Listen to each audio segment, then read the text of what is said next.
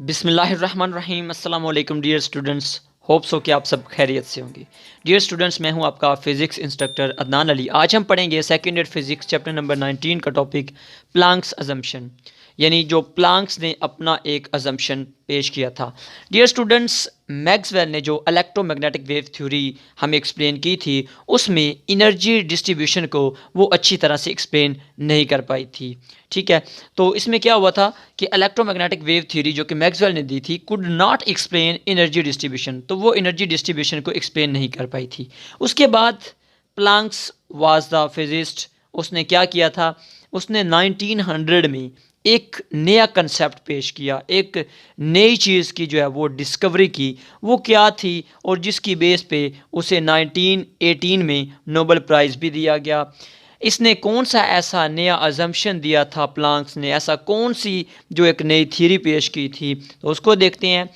देखिए, इससे पहले ये कंसेप्ट था प्लांक्स के अजम्पशन से पहले कि एनर्जी जो है वो एक कंटिन्यूअस वे के साथ जो है वो जो ट्रैवल करती है, मूव करती है। जबकि प्लांक्स ने ये हमें कंसेप्ट दिया था कि जब भी हम किसी बॉडी को हीटअप करते हैं, गर्म करते हैं, या ब्लैक बॉडी रेडिएशन है, तो इसमें से जब हम इसको हीट करते हैं तो इसमें जो रेडिएशंस इमिट होती हैं वो, या फिर इसमें जो हम ऑब्जॉर्व करवाते हैं, वो in form of discrete packets की फॉर्म में होती हैं। यानी वो जो एनर्जी होती है वो जो ट्रैवल करती है वो क्या करती है, वो पैकेट्स की शक्ल में, डिस्क्रीट पैकेट्स की शक्ल में ऑब्जॉर्व भी होती है और इमिट भी होती है। इसको अगर हम इसकी प्लांक्स थ्योरी को अगर हम एक स्टेटमेंट में देखें तो स्टेटमेंट क्या है, एनर्जी इमिटेड और observed in the form of discrete packets called quanta. तो वो प्लांक्स थ्योरी ये कहती है, यानी प्लांक्स की थ्योरी ये कहती है कि ये जो एनर्जी है वो किस फॉर्म में हमारे पास, किस फॉर्म में ऑब्जॉर्ब या इमिट होती है, वो डिस्क्रीट पैकेट्स की फॉर्म में होती है, जिनको उसने नाम दिया क्वांटा। अब जो हमारे पास इसको फोटोन्स का भी आगे नाम दिया गया, जो आइंस्टाइन ने इसको एक्सटेंशन दी थी इसी थ्योरी को, वो अब आगे इसको पढ़ते हैं। तो ये जो क्वांटा या एनर्जी के जो पैकेट्स हैं, तो ये जो एनर्जी के पैकेट्स हैं ये डिपेंड करते हैं, यानी कि कितनी एनर्जी के साथ ये मूव कर रहे हैं, ये डिपेंड करता है उनकी फ्रिक्वेंसी पे। फ्रिक्वेंसी क्या होती है, नंबर ऑफ़ वेव्स होती हैं। नंबर ऑफ़ वेव्स क्या होती है, फ्रिक्वेंसी। फ्रिक्वेंसी जितनी ज़्यादा होगी वो उतनी ज़्यादा इनर्जेटिक होंगी। इसका मतलब है energy is directly proportional to frequency. अगर हम इन प्रोपोर्शनैलिटी को हटाएं तो हमें पता है इक्वलिटी का साइन आता है और साथ में एक कांस्टेंट आता है, यहाँ पे h इज़ द कांस्टेंट। और ये h क्या है, प्लांक्स कांस्टेंट है, जिसको हम h से डिनोट कर रहे हैं। और ये प्लांक्स की थ्योरी का कांस्टेंट है। प्लांक्स ने अपने नाम से इस कांस्टेंट को क्या नाम दिया, प्लांक्स कांस्टेंट। इसकी वैल्यू होती है 6.624 मल्टीप्लाई 10⁻³ जाउल सेकंड।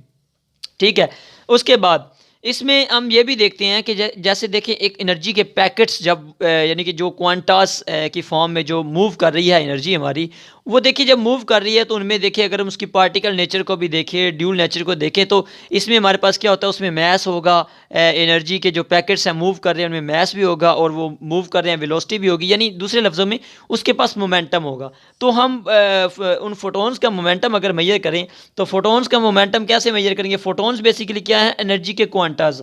ठीक है, यानी एनर्जी के जो पैकेट्स हैं जिनकी फॉर्म में वो इमिट हो रही हैं या फिर ऑब्जॉर्ब हो रही हैं।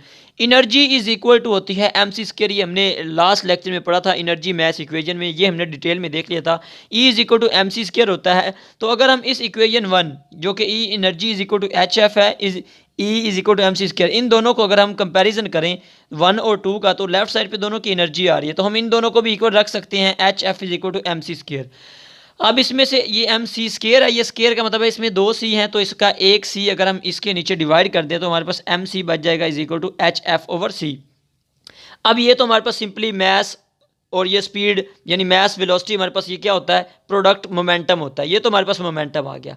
अब ये HF/c है, इसमें जो हमारे पास F/c है ये 1/λ के इक्वल होता है, इसलिए हमने F/c की जगह लैम्डा लिख दिया है। और ये 1/λ की इक्वल कैसे होता है, हमें पता है स्पीड जो होती है वो इक्वल होती है F λ। ये जैसे सिंपल आप v is equal to F λ भी पढ़ते हैं, तो यहाँ पे v speed of light, c is equal to F λ।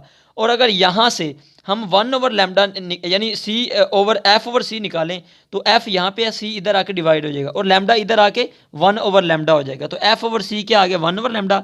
तो यहाँ पे हम एफ ओवर सी की जगह 1/λ लिख सकते हैं। तो हमारे पास ये मोमेंटम का रिलेशन आ गया P = h/λ।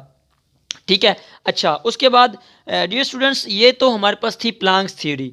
इसके बाद इसी कंसेप्ट को जो है वो आइंस्टाइन ने उसको एक्सटेंशन दी। और कैसे दी? उसने कहा कि ये जो टाइनी बंडल्स ऑफ एनर्जी हैं जिनको हमने क्वांटा का नाम दिया है, टाइनी बंडल्स ऑफ एनर्जी जो कि पैकेट्स की फॉर्म में इमिट और या फिर ऑब्जॉर्ब होती हैं, उसको उन्होंने नाम दे दिया, एक नया नाम असाइन कर दिया, फोटोन्स का नाम दिया आइंस्टाइन ने। उन्हीं बंडल्स जो टाइनी बंडल्स ऑफ एनर्जी हैं उनको फोटोन्स का नाम दिया और ये भी बताया कि जो एनर्जी है वो डिसकंटिन्यूस मैनर के साथ जो है वो यानी पैकेट्स की फॉर्म में जो है वो एक जगह से दूसरी जगह ट्रैवल करती है। पैकेट्स का मतलब क्या है? एनर्जी के पैकेट्स, बेसिकली उनको क्वांटा या फिर हम फोटोन्स कहते हैं।